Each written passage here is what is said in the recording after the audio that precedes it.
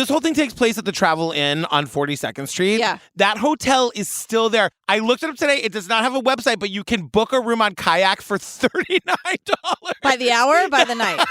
They have a pool. I want to go there in the summer. No, you don't. I know. No, you don't.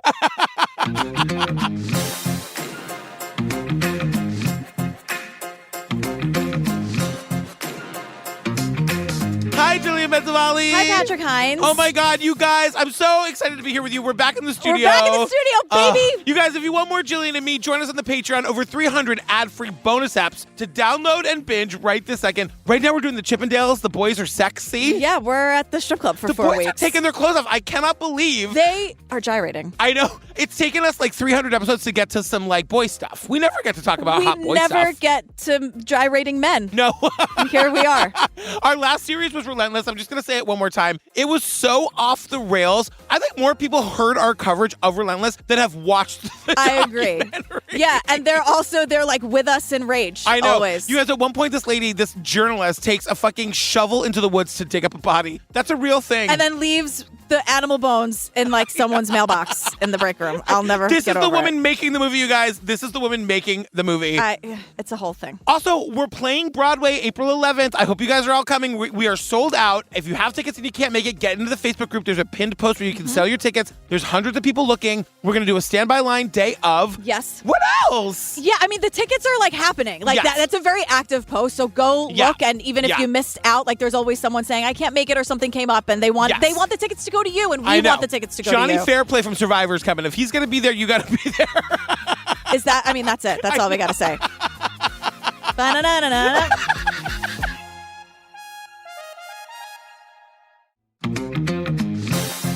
All right, girl, tell the people what we're talking about today. Oh, Joe Berlinger. So we're talking about Crime Scene, the Times Square Killer. So we're doing this in 2 parts. Yes. So this is 3 episodes. So this is going to be like Ep 1 and a good chunk of Ep 2. Yes. And then next week on the regular feed, you're going to get the rest of Ep 2 and Ep 3. But if you're on Patreon, you get them both this minute. Right. So our episode 2 is available right now and ad-free on the Patreon. It'll be our regular episode next week. Yeah. So this is episode 1 right now, Murder in Times Square. The whole world is attracted to Times Square. They're entranced and a little bit drunk off all the lights and all of the show business. But tourists don't know what was there 45 years ago. In the late 70s, Times Square was considered an atrocity. Times Square was a very sexually charged atmosphere. The whole scene was something to see because it was like out of Dante's Inferno. There were guys walking around out there that were pure predators. The fear behind that was palpable. You could feel it. Did you hate this? I didn't hate it. I have issues, though. Like, I really, really liked this documentary. I think they were exploiting the thing they were criticizing about the exploitation. That's pretty common around here, though. I know. It was just like a lot. There's one woman who I'm in love with, though. These women are sexy, I gotta say. But hey, guess what, girl? New York was a shithole in the 70s. What? This is brand new information. Now, look, the way Times Square in the 70s is described, they call it Dante's Inferno. Yes. There is a big sign in lights in all caps that just says, for God's sake, get out. In lights. I mean, it's like they were like, everyone was drunk off the lights and the show business. And, you know, there are a lot of people who like miss it. A lot of people in this documentary, men, think that this is like the good old days at Times Square. It's really not, girl. No, and I gotta say, a lot of this takes place on 8th Avenue between like 43rd and 50th Street. Yeah. I lived on 43rd Street between 8th and 9th Avenue. So this is my hood, and a lot of the stuff is still there. Like a lot of these like porn booby theaters are still there. Booby theaters, I not said movie. movie theater. I like it. There's someone on the news who basically says, our newscasts are always violent, but tonight's real bad. It's not easy to find a newscast with no reference to violence and murder these days, but this week got off to an unusually violent start right here in Midtown Manhattan. Like hell of a trigger warning. know. That's how they used to do trigger warnings in the 70s. It's always bad, but tonight it's whoo. Put down the TV dinner. It's a bad one. So we're starting on December 2nd, 1979. We're at the Travel Inn, you guys, and we meet one of the cops who was there. I was in the 10th precinct in Manhattan covering Times Square. just a uniformed cop on patrol. This was December of '79, and we're stopped at a light at 42nd Street when we saw fire trucks parked in front of the Travel Inn Hotel. We meet Vernon and Malcolm. I have a big crush on Vernon. I think he's amazing. He's the one who's like, a real sick bastard did this. Totally. It's real bad. Vernon is really smart. He's with us throughout, and he's just saying, like, he was in his cop patrol car on 42nd Street. He sees a fire. He races over to the, what's it called? The Travel Inn. You live next to it. I know. You just went on and on about how this is your neighborhood and you've lived here for 10 years and you still don't even know what the hell's going on. No, but there's been a big fire in room 417. When we pulled up, they excitedly said, "You better go up to the 4th floor." And so the fire department shows up, and it turns out there are 2 people in the beds of the room. I have to say, this crime, I mean, all the crimes that we cover are gruesome, but this is really, really bad. Rescue Company 1 was told that there were likely guests inside the room, so you had the smell from burning flesh, and the smoke was thick. So they realized that there are 2 women in these beds. They were decapitated, and their hands were also cut off, to which one of the cops says, "A real sick bastard did this." That's Vernon. When the cop leaned over to try to give CPR and saw that they didn't have heads or hands, he says, "Knocked them back against the wall, naturally." Naturally. Malcolm's like, I was in the NYPD for 31 years. You can't imagine the shit I've seen. It has to be real bad for it to stand out to me. This was the hotel room from hell. And I'm like, Malcolm also has never cracked a smile in his life. No. This guy is very serious. Nothing's funny. He doesn't even want to laugh. Don't waste his time with a joke or anything. Not a real fan of TCO, I don't think. No. You don't think he's a pain at the 5? I don't. Natalie Maines, however, I stand by it. Totally. It has to be absolutely horrifying to stand out. Oh, Malcolm. And like, you're saying that to me, Malcolm. Yeah. Knowing that we're talking about you were a cop in New York in the 70s. Every day was really bad. I know. Based on the 5,000 documentaries we watched on the topic. I can't believe we haven't seen a TV floating in the Hudson yet. I mean, fingers crossed. This is F1. Got a while to go. So they're saying, like, the immediate problem for the investigators were who were the victims. The first thing you're looking for is fingerprints, but in this case, you were deprived of fingerprints because there's no hands. Our first inclination is that he wants to prevent identification. That's why the heads and hands are gone. With nothing else. No wallet, no ID, no identification cards. And don't forget, it's 1979. We don't have all this video surveillance that we have today, okay? We don't have DNA technology. The DNA technology won't come up for another 7 years. And he says, like, you got to remember, you guys, in the 70s, there was no way of doing police work. You clocked in, you drank your coffee, you ate your donuts, and you went home. There was no chance of solving a murder. All you really had was a fingerprint, and these victims had their hands cut off. So they're like, there's really no way of identifying these bodies. And what's also really odd here is that these women were decapitated, their limbs were cut off, but there wasn't a lot of blood. Like, they make a point to say that it wasn't very gory. So, like, they couldn't do DNA if they wanted to, but they're also, like, it was a very bizarre, kind of weird crime scene. I was just like, this is how everyone got away with being a fucking serial killer in the 70s. Like, you could, like, we will learn down the road that, like, we'll be reminded, I should say, that no jurisdictions talk to each other. State to state, they don't talk to each other. No one cares. Like, I know. And also the amount of just, like, red hot hate I have for this person is really where it's like, I'm hearing about it now and I'm mad. Can you pick up a fucking phone and call New Jersey? Well, especially, like, this is happening in Midtown Manhattan. Yeah. Where people who don't live in New York City work. So, like, your perpetrator probably doesn't live here. Right. You know what I mean? Right. He probably lives over the river in New Jersey. You need to know how to communicate with New Jersey. Right. No one wants to talk to New Jersey. Me the most. Although they do treat New Jersey like it's Mars. We'll get there in a second. Like, it's right over there. It's right across the river, New Jersey. Okay? So here's what we know about the piece of shit who did this. He checked in on November 29th. He left on December 2nd. He was there for 3 days. He signed in as Carl Wilson from New Jersey, clearly a fake name, obviously. The only time he was seen was at registration. A woman stood behind him as the subject was registering. He was alone. She was alone. But for whatever reason, she paid attention. And they drew a composite from her description.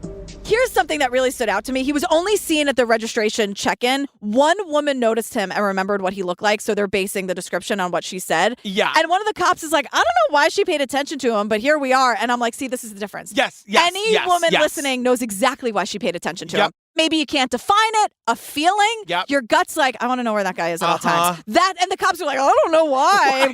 God bless her for paying the fuck attention. She's in New York City. In Midtown.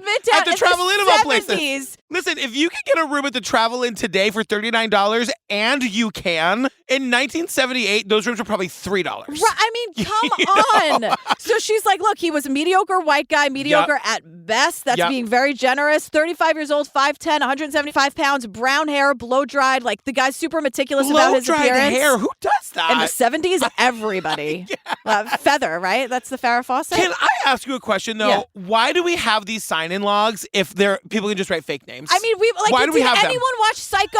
Jesus Christ, the whole thing was about the sign-in book. Yeah. I'm like, why is that book even there? I really don't get it. I know, just for the fun of it, I guess. One thing while we're on the topic, we're not, but let's get there. Happy to. All of this archival footage of New York in the 70s, I could watch it all day long. It is wild. I could watch it all day long. Because they also describe, like, another thing that makes this an uphill battle is, again, Times Square in the 70s. It's packed with locals, with tourists, countless businessmen, hustlers, three-card Monte guys right out of Rikers Island. Crime everywhere, violence everywhere, vices everywhere. I'm like, holy shit. They literally say if you're looking for a killer in 1970s Times Square, you're looking for a needle in a haystack. If you guys think about what he's saying there, it's a haystack full of murderers. Right. And you got to find yours. The thing is, like, my parents, even now, my mom's like, you don't go, like, near Port Authority, right? Like, I mean, they think that, the Times Square, like, the people who lived in New York in the 70s and 80s are traumatized. It's true. To this day, my mom's like, wait, where's the studio? Like, Port Authority, right? Because she remembers this Times Square. You guys, we are recording in this neighborhood right now. This minute. We are right where it happened. Mom, I'm sorry. I probably told her that it wasn't anywhere near her. And, like, the other thing, too, like, we meet all these people. Like, we meet this guy, Josh Allen Friedman. He's a writer. And he, like, primarily wrote about Times Square. I spent my entire 20s in the 1970s and 80s in Times Square. I was a writer covering the neighborhood for men's magazines. He's one of those men who is nostalgic for the old Times Square. Thinks it's like the good old days. He's charmed by it still. He's like, Times Square's in my blood. Wouldn't brag about it, bro. Relax. I know. You just wanted to go to the peep shows a lot, huh? And where are you from, right, Josh? Where'd you come from? Are you from here or are you from, Nebraska? like, Indiana? I'm saying Nebraska. Whatever. Josh, Times Square's in my blood. All right. Because he's the guy who has to say everyone went to Times Square for adventure. That's not adventure. And he's like, yeah, we all called it the Deuce. Oh, my God. The Deuce was a nickname at the time. It really referred to 42nd Street itself, particularly between 7th and 8th Avenue, which is really the heart of Times Square. They call 42nd Street the Deuce so many times. Steve was like, what are you laughing at? I'm like, they just keep saying the Deuce. Yeah. Sometimes they'd say, like, oh, yeah, on 8th and 40 Deuce. That's like a Beastie Boys lyric. Is that right? On 8th and 40 Deuce. Yeah. So, that's from the song She's Crafty by the Beastie Boys. 8th and 40 Deuce. I think I thought of seeing her on 8th and 40 Deuce. No the next thing she said was, my place or yours. Let's kick some bass behind closed doors. Anyway, I'm here all week. I think I thought I seen her on 8th and 40 Deuce. 8th and 40 Deuce. Right? Also, speaking of Port Authority, they say it brings people from New Jersey and also people from around the country.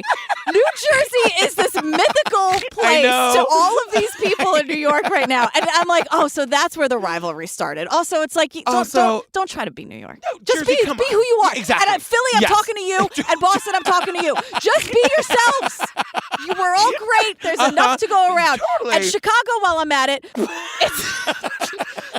I love your pizza. It's more like a casserole. There's no competition because they're two different things. It's apples and oranges. I love you all. Can't wait to see you. You've had that axe to grind for years, actually. Because it's not a competition. Because I love deep dish pizza. But it's not like a slice I could get right outside. I want you to look me in the eye and let it all the fuck out. I want you to really go to town on those fucking Chicago assholes. You know what it's all about? Unity. Like, it's all that, like, can't we just like what we like and eat the pizza that's more like a casserole, or you want a thin slice that we can get on the street for $1? I will say Hell's Kitchen, though. It can be too thin. You know what I mean? Well, then if you want to get thin, you go to John's on Bleecker like a normal person, like someone who knows what they're doing. Like someone who went there with Damon Eccles and Amanda Knox for lunch once. John's Tom Bleecker is my go-to. My friend Carl Queensborough, he's in from London. He was like, where do I get the best like thin crust oven? I'm like, John Tom Bleecker. They don't sell it by the slice at John's. They don't, and it's cash only. Right. Remember that when you go. So the cops are trying to identify these women. I will say the cops seem to give a shit about identifying these women, Yes, which is great nice. because they know that they're probably sex workers. Now police tell us they're calling a press conference tomorrow. The purpose is to dress up some mannequins with the same clothes they showed us last week. But they come up with this great idea. They're like, we're basically in the garment district. Why don't we take the clothes that were neatly folded and put in the fucking bathtub? Which is also weird. I know, like, no I know. evidence, no blood, no whatever, but let's like neatly fold the clothes. And put it in the bathtub. And they're like, let's dress mannequins and take pictures and like blast it out everywhere. And that's what they do. They say, let's see if anyone can identify the gals from the clothes. Right. So they photograph the mannequins, flyers everywhere. And let me tell you, it works. Yeah, They get a it tip. does. This woman named Rose calls the police and she's like, my friend left our apartment in that same outfit. I know who that is. Yeah. Police called on the public for assistance and received numerous phone calls.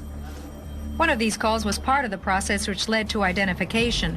Medical records were checked, and identification came from distinguishing characteristics of certain bones and scars on the body. So this led to them IDing one of the victims. Her name is Dita Godarzi. Which I fucking love that name. It's a super cool name. Dita Godarzi. Oh my God. Yeah. And it's not spelled like Dita Von Teese. It's not D-I-T-A. Yeah, she's amazing. And this is where I said, everyone pull the fuck over because Jennifer Weiss is here. Right. You guys, I'm going to say this really quickly. There's a podcast called Crime Show on Gimlet. And Jennifer gets her whole own episode, and they go into her story in a lot of detail. But Jennifer is Dita Godarzi's birth daughter. Right. Something that they don't say in this documentary, but I learned in that podcast, is that one of the identifying features of one of the bodies was her recent cesarean section scar. Oh, okay. And that's Jennifer, who's here with us now. And Jennifer was adopted at 10 weeks old, and we get much more of that in the other podcasts. It's really good. Because like at 26 years old, she goes searching for her birth mom. And the adoption agency should be shut down forever because of this. I know. I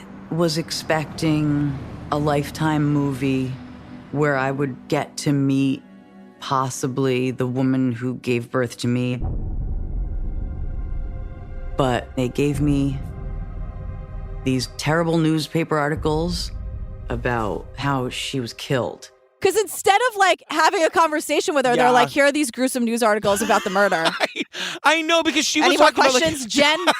Get out of here. Jesus Christ. One of the other things that they don't mention in this at all, Dita has a twin sister who's like alive somewhere. Oh yeah, my God. I know. I didn't know that. But like she sees these pictures of her mother and like the pictures are beautiful. And she was like really excited to see her face, but then she's also like immediately tormented because she learns that her mother was a sex worker who was brutally murdered in Midtown. Right. So Dita she was a sex worker in New York. Jennifer describes her as a high-priced escort. So she worked in bars, massage parlors. Jennifer says she was one of those sex workers that had like a couple of clients in one day. She was kind of probably pretty expensive.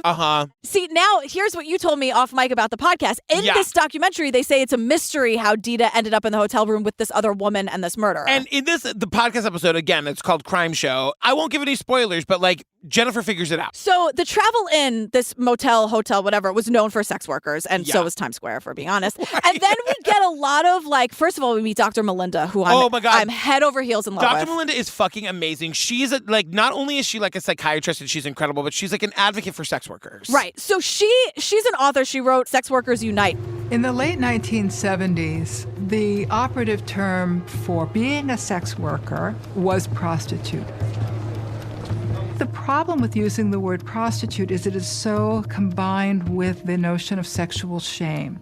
She's nothing but a slut. She's a prostitute. She's a whore. All of those terms would later be challenged, and they coined the term sex worker. She explains why we don't say prostitute, even though everyone else except for her says it in the documentary. There's a couple of good men who know not to say it and don't. Yes. But they point it out every single time. Every time. But let me ask you, like, if there's some guy, like one of these authors who like longs for the good old days of Times Square, wouldn't, like me as Joe Berlinger, I would say, like, don't call them that. Say sex workers. Like, that is so easily fixable if it isn't part of the story. Because they do say, like, Dr. Melinda says, back then we used prostitute. Here's why we don't now. Yes. Which is like context. So I would say to one of these bros, this is my film. We're not going to say that. This is how you... I agree with you. I don't know how or why those decisions get made or don't get made. Yeah, I don't either. But Melinda is saying that, like, basically the word prostitute is tying it to, like, the shame of sex or the idea that, like, she's a slut, she's a whore. Right. And that like being a sex worker is actually being a worker. It's a job. And it's to sort of like destigmatize it because all of these women were being killed on the daily. And the idea is that if you could destigmatize this, then like these sex workers don't have to hide from the police. You know what I mean? Like we'll get into that later, like why they don't come forward. Yeah. But we also learn, again, it's just like endless footage. It's just like we learned that Times Square in the 70s was a, quote, sex carnival. Bookstores, peep shows, burlesque clubs, movie houses, sex emporiums, barkers whose main cry was, and I quote, I'm sorry, wall-to-wall pussy? Apparently they all love to yell that at the passerby. Wait, we got to talk about Martin Hodes. Are we going to talk about him so we can talk about his daughter? Quote, the porno king of New York City. You guys. He was like a major player in making 40 Deuce what it is. What it was then. 40 Deuce Street. 42nd Street got to be what it was because of my father. Martin Hodes, the porno king of New York City.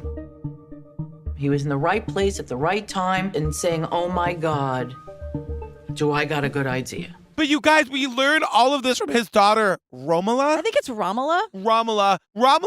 I don't know if she's invited to the cocktail party or not. What's your take? No. I don't know either. She goes back and forth. I know. Because she's like, she explains. She's the co-author of The Princess of 42nd Street, which to me is like, why are you... I know. Why are these the coattails, Romola? She takes like pride in the fact that her dad like literally took 42nd Street and made it like a porn destination, but she also thinks it's disgusting. Yeah. Does she? I don't know. Right. Exactly. I don't know. So but we learned that white collar guys would sneak off on their lunch breaks, get some quick porn in, and then back to work. Which, for the record, I've never done that, but I see nothing wrong with it. Right.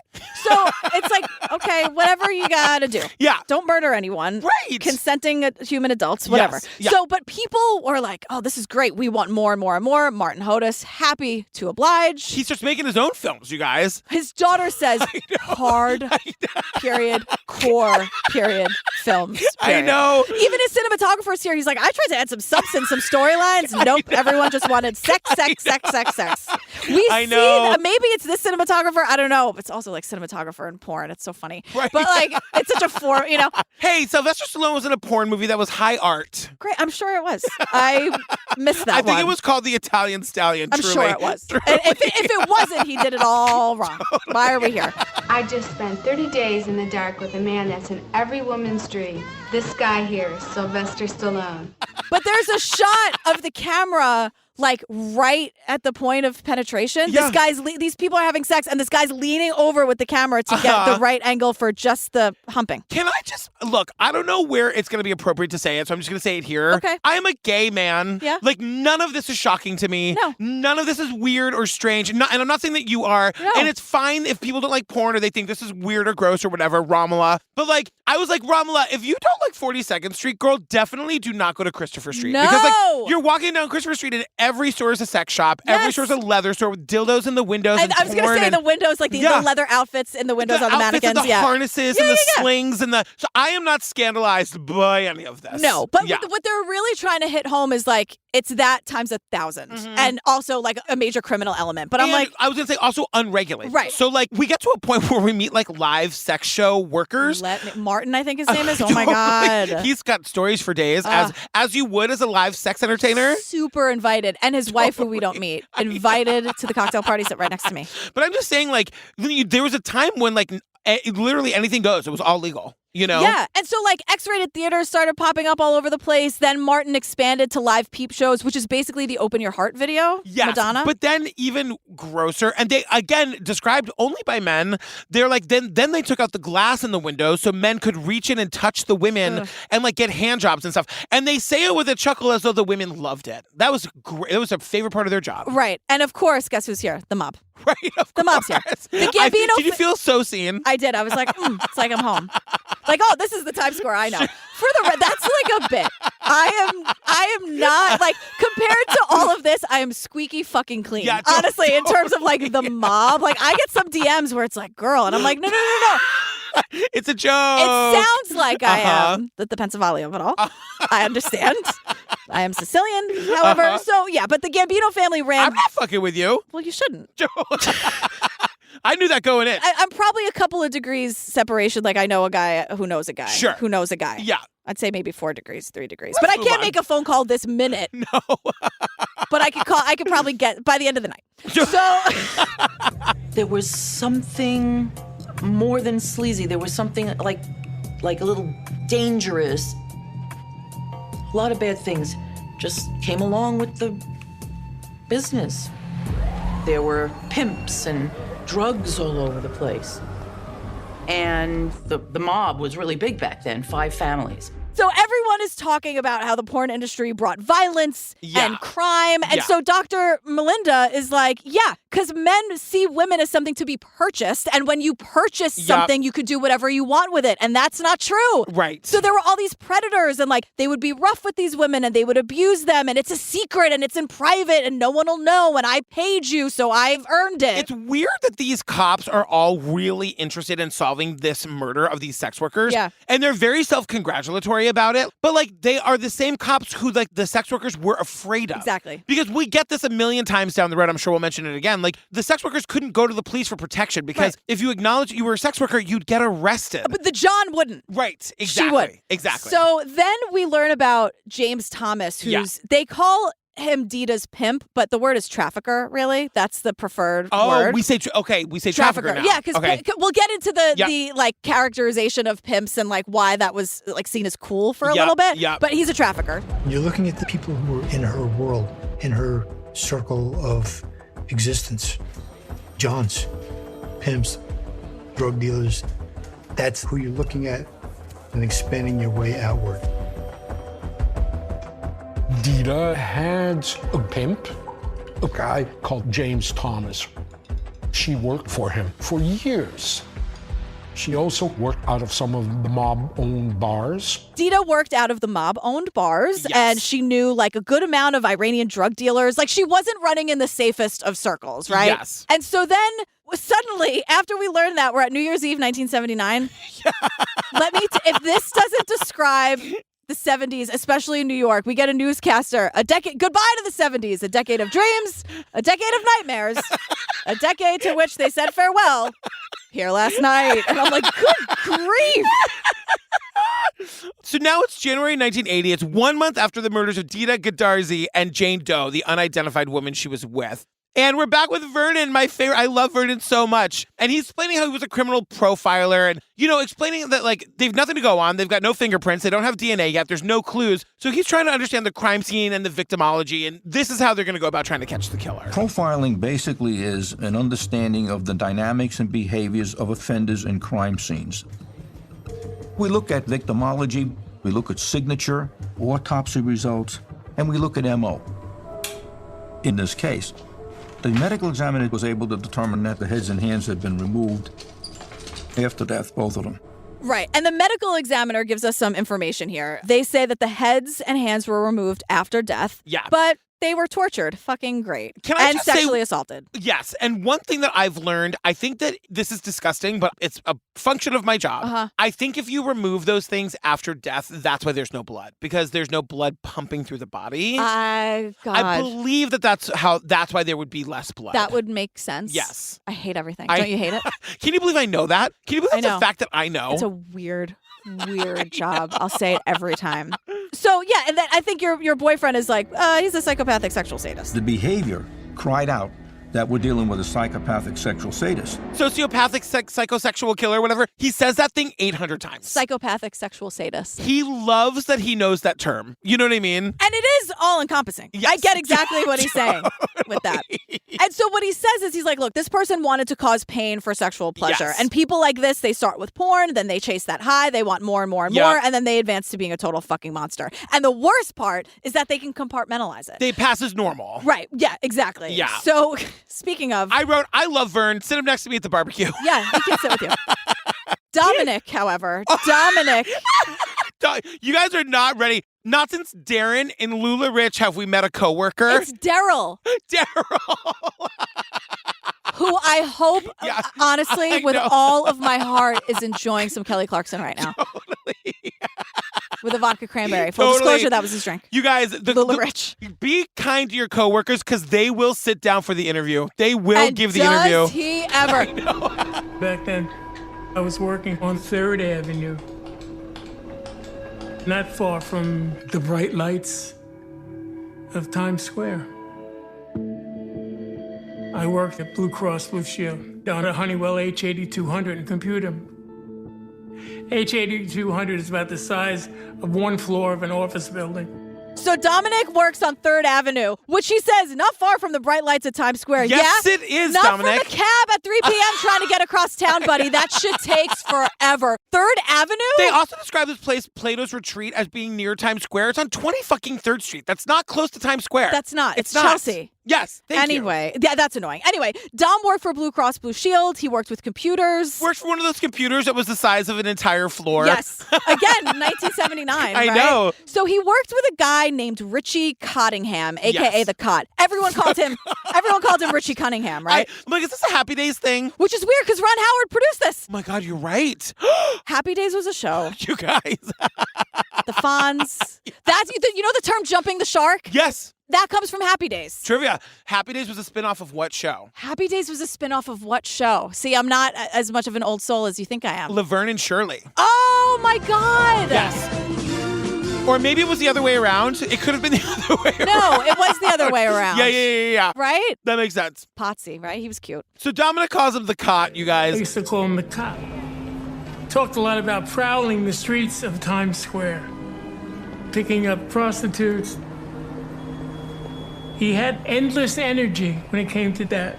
And basically, because they were, quote, close to Times Square, no, they weren't. No, they weren't. Like, this guy that he works with, the Cot, Cottingham, would brag about, like, just going out into Times Square and, like, meeting sex workers and having sex with them, like, while he's on the clock. Right. And Dom is like, I can't tell you what I had for my breakfast God. yesterday, but I remember every last thing about this fucking creep. Listen, Dom is weird, but he's kind of a hero here. Like, ultimately, in the end, the shit that he says, like, it's pretty amazing. Yeah. So Richie, the Cot, whatever, he worked the skeleton crew. He worked nights from 4 p.m. to 11 p.m., which is really not the night shift. The night shift is like 6 to 6. Right? Yeah, and he would, like, scoot out, like, in the middle and leave the other guys to do the work while he went and had sex with sex workers, to which I said, can you do your fucking job? I used to work at a hotel job where people would do this. Where, like, I was a concierge and no one ever paid attention to us. Like, no managers paid attention. And my concierge, like, they would go to, like, events. They'd go to parties. They'd go to Broadway shows in the middle of a fucking shift. And just leave me there. Because I was, like, too much of a goody two-shoes to go do that shit. Well, someone had to stay. I knew it was always me. So this guy, the Cot, he would brag about how, like, he would go down to Times Square with $3,000 in cash and wave it around. Where and is this money coming from? I This know. guy always has thousands and thousands of dollars in cash on him. And, like, of course he's going to get attention with $3,000, right? And he says to Dom, as long as I pay her, she'll do anything I tell her to do. Fucking barf. I know. So he would go to this place, Plato's Retreat. Oh it was my a God. sex club. Plato's Retreat was a place that couples could go and swap partners with other couples or even engage in group sex in what they called the orgy room. There were cubicles which were private, lock the door and you don't know what people are doing there. Now, again, I want to say, they want us to be scandalized by this. This is tame compared to some of the things I've seen in my life. I love that, number one. I also screenshot the rules.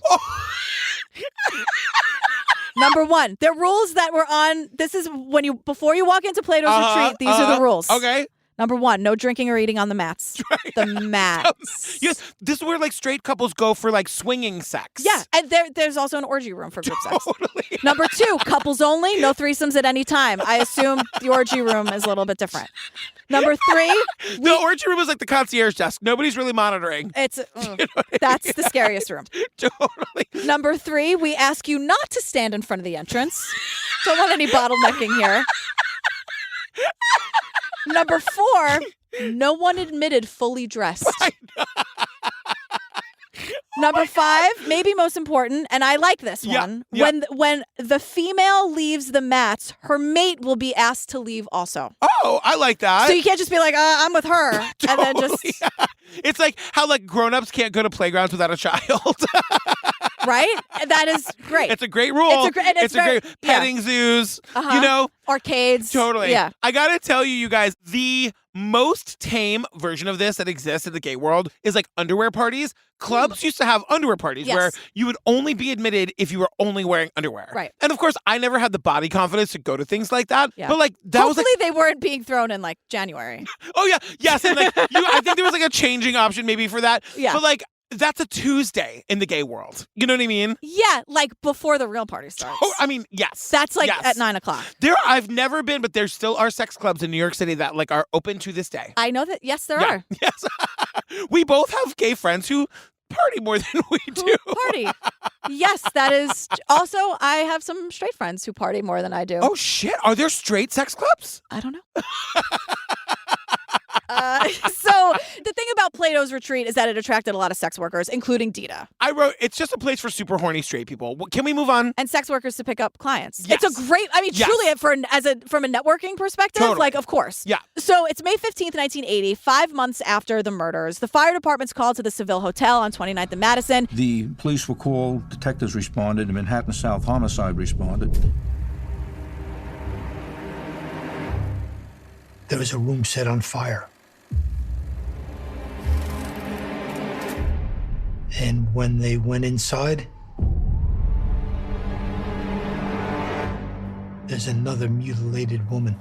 It's the same exact thing. So it's another hotel that's been burned out and there's like a body. Right. A woman Yeah. was raped and tortured, and another neat crime scene. He removed her breasts. I hate this guy. I mean, this is insane. Like, this is truly insane. But what he does is he leaves her hands behind. So Yes. she was able to be ID'd, and her name is Jean Ann Rayner. She's a sex worker. She was arrested a few weeks earlier. Yeah. I have a theory on this. I think he was sick of not getting caught. I think that he wanted Oh, yeah. credit for his work. Yeah. You know what I mean? That's part of the escalation, Totally. I think, right? Yep. So then the episode ends, the first episode ends with learning that Jean Ann was in the middle of a fucking custody suit, and her sex work was paying the legal fees to try to get custody of her son. Yeah, and Dominic was saying that like the Seville was not very far from where they worked, he and the other guy. Yes. They called it slaughter at the Seville. I said, keep it classy, Dom. I know. But they're like basically in the break room at work reading about this in the paper. One of our peripheral operators came in, Bob, with the newspaper in his hand, and it was on the front page. And Bob threw it down on the console and said, "What sick son of a bitch could do something like this?" Tottingham's rocking back and forth in his chair. And he looked up at Bob and he said, "Bob, could have been you, could have been me." Could have been you, could have been me. Who knows? Like, holy fucking shit. Yeah. It's him. Right.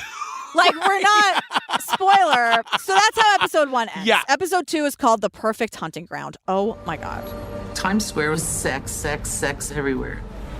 There were men everywhere seeking what they were seeking. It wasn't just one or two girls standing on a street corner. There were girls everywhere. And I was one of them for 13 years. So now this is the day after the murder of Jean Rayner, and we meet Michael Lawrence. He's here with us today. He is a live sex performer and porn actor. We'll get more into his story later, but like that's a real lower third. He would like do like live sex performances in front of an audience With his wife, and he explains it in detail. And he's saying, he was like, wait, there are people out there that are predators and there's no stopping them. And that's when Malcolm, the cop, goes, Once you start cutting pieces off of people, once you start beheading people, cutting hands off of people, you're getting on the news. once you stop beheading people and cutting hands off people, yeah, you're getting on the news. Which, as we think, that's exactly what he wanted. Because now we gotta talk about you. I've literally never heard this term before. I never want to hear it again. I know, but I, as horrified as I was like, oh my God, they're right. Because they're talking about like this time, 1970 to 2000, some fucking cop calls that the golden age of serial killers. Which is like, first of all, the golden age. Yeah, they say the 70s, but they show a clip of Manson and those murders are in the 60s. Yes. And also like, wow, that's like 40 years. But listen, it's 40 years, but they're saying 82% of all 20th century American serial killers emerge in that period. Yeah. That's think about it. Like, we haven't had a serial killer in a while. And if you think it's like Manson, Gacy, Bundy, Dahmer, the Golden State Killer, it's all like Richard Ramirez. the 70s, man. Yes, Like, yeah. again, it was like before technology was But, advanced. Like, Jeffrey Dahmer was the 90s. You know what I mean? Dahmer Like, was the 90s. Yeah. Yeah, I mean, yeah. It's really fucking. I mean, like Israel Keys. If you think about that. Uh-huh. I mean, he was later. He's not in that period, but still, like, and that's the whole thing. Like, there was no DNA. Like, the jurisdictions didn't talk to each other. There was no fucking, like, serial killer means more than one person. So, like, if you kill a person in one state and then go to another state and kill somebody else, back during that time, that would not have been connected. No, not at all. And that's how this guy got away with it for so long. Exactly. So the cops are like, shit, he's going to kill again. He's a ticking time bomb. We need to get him off the street. So they start a task force. Yeah. I said, my Vernon's got to find his psychopathic sexual sadist. His psychopathic sexual sadist. He gotta sure find does. him. He does. And so we learn about this guy, and it's like he loves shocking people. That was part of it. They call him a narcissist, and he's like smarter than everyone and loves taunting people. And Vernon goes, this guy thinks, oh, I'm smarter than the cops. They're not going to catch me. Oh, yeah, keep waiting, asshole. We're going to get you. Vernon. I love Vernon. Vernon. So Dr. Melinda's back, and she's just saying, like, the sex workers were terrified because, like, this is where we learned that they would look out for each other. They couldn't go to the cops. Obviously, like, the Johns were terrifying to them. They would pay attention. Like, if one of them got into a car, they would make sure she came back. That community of us girls, we would all talk. They knew that there were dangerous Johns showing up that they had to protect themselves against. They all knew each other and they had warning signs.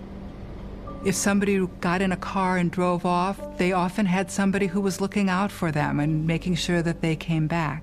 And so we meet a sex worker named Barbara Amaya. Yeah. And she's like, look, I was there in the 70s. I was a sex worker in the 70s. She says later, and I think this is super important. I know exactly what you're going to say. She was on the street being trafficked for 13 years. Yeah. And she said the average lifespan of someone in that line of work, in her situation, I should say, is 7 years. And she says, I've never met anyone who was on the street when I was because they didn't They're not make alive. it. Right. And like she has like a lot to say. And she like, of course didn't want to talk to the cops, obviously. Yeah. But she's like, fine. Like, okay. So she finally agrees to talk to them. They show the sketch. That woman was like, that creep signed in at the hotel. Yeah, the only thing that we have to go on at this point is like that composite sketch from that one lady who paid attention because of course she did. Right. And Barbara says, like, I didn't want my trafficker Moses to know that I was talking to the cops because I don't know what he'd do to me. But she's like, that's the guy. I know that guy. Like, she has this crazy story about, like, him taking her and, like, basically raping her at gunpoint. She thought he was going to kill her. Yeah. And for some reason, he didn't. I thought, yeah, I remember that face. But when the police asked me if I knew this man, I told them no, I lied. I lied to them. Because I was so scared of my trafficker, Moses, and what he would do to me if I talked to the police. But she's talking about her trafficker, Moses, and, like, what a bastard he was. And I said, can we get eyes on Moses? I know. Where the fuck is Moses? Hopefully he's dead. Hopefully he's rotting and burning in hell. And, like, we learned from Dr. Melinda and from Barbara, like, why the sex workers wouldn't trust the cops. Because what they were doing was illegal, right? So, like, there was, like, a prostitution charge, which is what they called it back then. That's, like, the legal definition of the charge. Right, That's why we say that word. It will always be used against you. Yes. Like, to get a credit card, to get a, quote, real job, to get custody of your kids. Custody of your fucking kids, which is, like, why some of these people were doing this work in the first place. Right, and it's like survival sex work for so many of them, right? So they're surviving minute to minute. And so Dr. Melinda makes this excellent point where she says, because sex work is criminalized, you create a very dangerous situation for women working on the street. They're alone out there. Right. You know? Yeah, and she says later that, like, what a lot of sex workers want is to decriminalize sex work so that they can regulate it on their own terms. Right. And Dr. Melinda's like, we've been doing this for millennia. Yeah. She says millennia. Like, it truly is the world's oldest profession. But then I gotta say, like, we break in with, like, old footage of Times Square from 1900, and I was screaming. I love that old footage so fucking much. And the thing about it, like, on one of the episodes of Strange and Unexplained, Daisy talks about Times Square at the turn of the century. Mm-hmm. And she said there were more brothels in Times Square between, like, these, like, 13 blocks than there were bars anywhere in the city. Wow. And it was completely, like, everyone knew it was there. It was illegal, but everyone looked the other way. And that's one of the reasons why Times Square became what it became. That's what they're saying in this section, is that Times Square was always a haven for sex work, and it always was. Right. So it always is. Right. You know? Exactly. 40 juice. 42. Dr. Melinda is here educating the fuck out of all of us, honestly. And she starts talking about the blaxploitation films that came out. When pimping becomes a cultural icon. Hey, where you going? You had all these blaxploitation films coming out, making heroes out of figures like Iceberg Slim, who controlled women and who made money. When I asked you a question, You answer. They sort of made heroes out of pimps. They weren't Yeah, traffickers. right. They were like cultural figures. They controlled women. They made money. They were cool. They were tough. The way they dressed, you know, like this whole kind of like this vibe that's really not healthy. Right, because now you're saying we call them traffickers, not pimps. Right. And so Barbara's like, let me tell you about this piece of shit Moses. Like, he would tattoo the women that he was exploiting. He got Barbara into the trade when she was 12. Right. She was 12 years old when he took her to New York for the first time. 12. So think about Barbara. She's abused by the trafficker. Yes. She's abused by the Johns, the cops. You know how lonely that is when you're just trying to survive minute to minute? I said, can we fucking find Moses? Joe Berlinger, you made the wrong documentary, girl. Or at least let me know he's dead. Right. Little on-screen text. Totally. Takes 2 seconds. He was hit by a train, and it was painful. And he just laid there for hours I know. for days in pain. Because at one point, I'm like, did this guy get the electric chair? Because I'm reversing my take on the death penalty just for this guy. For this guy. What a piece of shit, right? So anyway, the cops are going through like mountains and mountains of records. They're trying to make connections by finding someone with a record. And also just, again, to be clear, I'm sorry, I'm ranting about it, but like everything about sex work at this time made it so easy for men to get away with anything. Yes. You know what I mean? Yes. So it is kind of, I'm like, wow, the cops are actually doing their job. Amazing. And I'm a little bit curious as to why. Like, why do the cops get so fixated on solving these murders? It seems like what we're told over and over again in this documentary is that these kinds of things were completely ignored. Yeah. Why do they care about solving this one? It is kind of like a, I know. But it is interesting that the cops are saying we've got no leads, we've got no fingerprints. They are starting to look for sex workers who have been abused by their Johns to see if maybe we can take that composite sketch to them and maybe they can help us figure out who this guy is. Like maybe before he started killing and dismembering them, he was beating them and letting them live, and maybe we can catch him that way. Right. So they're trying to look at arrest records for Johns in the area, right? Like men who had attacked sex workers, and they find somebody. One of the detectives pulled the records from 2 cases that might hint at someone who committed this crime. Both crimes took place years before, in 1973 and in 1974. In both cases, the complainants are working girls. One of the charges was actually filed by the girl's pimp. One of the charges was actually filed by the trafficker. Like, that's how bad the abuse was, that the trafficker was like, shit. Holy shit. Because he wouldn't let the woman go. Now, of course, it was selfish. Right. That he wanted the woman back because it's like property, right? Yeah. But like that, he wouldn't let her out of the car. Like, this guy's fucking scary. But he would take their costume jewelry, which is notoriously inexpensive jewelry. Costume jewelry. Yeah. It's like rhinestones. It's not real gems. And the point is, he was taking it as a trophy. Right. You know? Who was it? Dom's coworker, Richie Cunningham or whatever. Cunningham, the cot. He is, and they say it like in no uncertain terms, the definition of a mediocre at best white guy. They're like average job, average car, average house. He lived in New Jersey. You know, he's a commuter guy, just like the as basic as they come. You would think that this would be the thing that would make them connect the dots between New Jersey and New York. We're not quite there yet. We also learned he was, quote, a typical family man with a typical housewife raising a daughter and 2 sons. And we never hear a word about them again. I know. And I hope they got out. I hope they're okay. Like, oh my God. Well, we do learn that she files for divorce. Yes. Good for her. So the cops, it turns out that the cops questioned him at the time of the charges, but of course he denies it up and down. He's like, I wasn't there. I was either at home or at work. Like they're lying. But like it goes to court and the sex workers don't show up to the hearing. Who can blame them? So someone's like, no victim, no crime. We move on. Yep. And this is where they just have to let him go. Right. So that was in 1973 and 1974. Everything is dismissed because everything is the worst. But now it's 1980 and there's a task force, right? Yes. So then they're kind of like, what's this guy's deal? And the answer is kind of nothing. He had a great family. I love that they make the point to say, like, he even had a good relationship with his mother. And I was like, are we still doing that thing where we're blaming serial killers on the mother? Yeah, they were like, no abuse. And I'm like, that doesn't lead to... They're like, oh my God, we're still doing this? And Dr. Melinda's like, look, to be fair, at the time, we didn't know how dangerous mediocre white dudes could be. Oh my God. They make the point 100 times. If you had a decent car, if you had a Dodge, no one ever would have thought you could ever hurt a fly. And this whole thing of like, he didn't fit the profile of someone who could be violent. It's like, meanwhile, I thought we were living in the golden age of serial killers where they all look the fucking same. Right. Like Ted Bundy looks like Dahmer, who looks like, you know what I mean? It's ridiculous. And like, I gotta say it again, Dr. Melinda's like, these sex workers especially, if a guy pulled up in a decent car, car, they would think there's no way this guy could ever hurt me. Right. If that's the benchmark, I know. Imagine the trash these women were encountering every day. I mean, I can't. Oh my God. I can't. I know.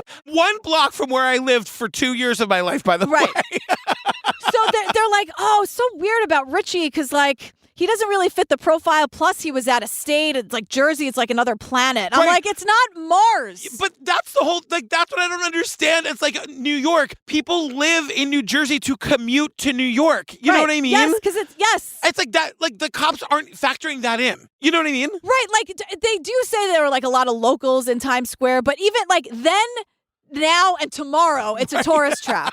Whether it's for the booby theaters, as you so brilliantly call them, or, like, to go see The Lion King. You know what I mean? Like, it's a tourist trap. Right. Always. So now we're back. If I never hear the word jurisdiction, it'll be too soon. Because the task force, they called him the torso killer, which is like... I knew you weren't going to like that.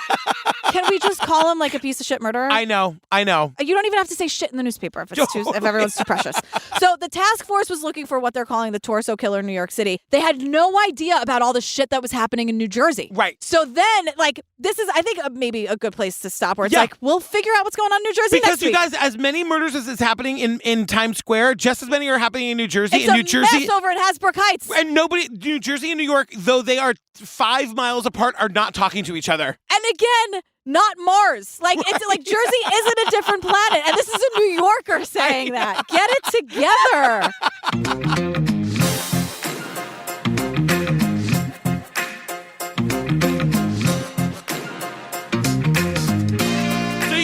Episode 2 is available right now, ad-free on the Patreon. If you're on the Patreon, go get it right this second. If you want to join the Patreon, you can listen to it right this second, along with 300 and more full ad-free bonus episodes. Yeah, so that ad-free versions of these episodes, and then we do those long series, like Relentless, which was Relentless, and The Vow, and Tiger King, Don't F with Cats, I'll Be Gone in the Dark, all of that stuff. The Jinx, Serial, Making a Murderer, the Lacey Peterson doc where they think maybe Scott was innocent, Jodi Arias. Lorena, the Gacy doc, did we say that one? No, but... I'll Be Gone in the Dark. All of them. Like, there's so many there. Go check it out. Don't forget, we're going to Broadway April 11th. Yes. If you have tickets, you better be there. And if you can't be there, you better get in the Facebook group and get them to somebody who can be there. Let me tell you, the Helen Hayes in the heart of Times Square. In the heart of Times Square. Truly, it's true. It's on 45th. It's true. It's the heart of Times Square. Join our Facebook group, True Crime Obsessed Podcast discussion group, and follow us on the Instagram, True Crime Obsessed Podcast. Yeah. We have fun. We have fun. It's weird, but...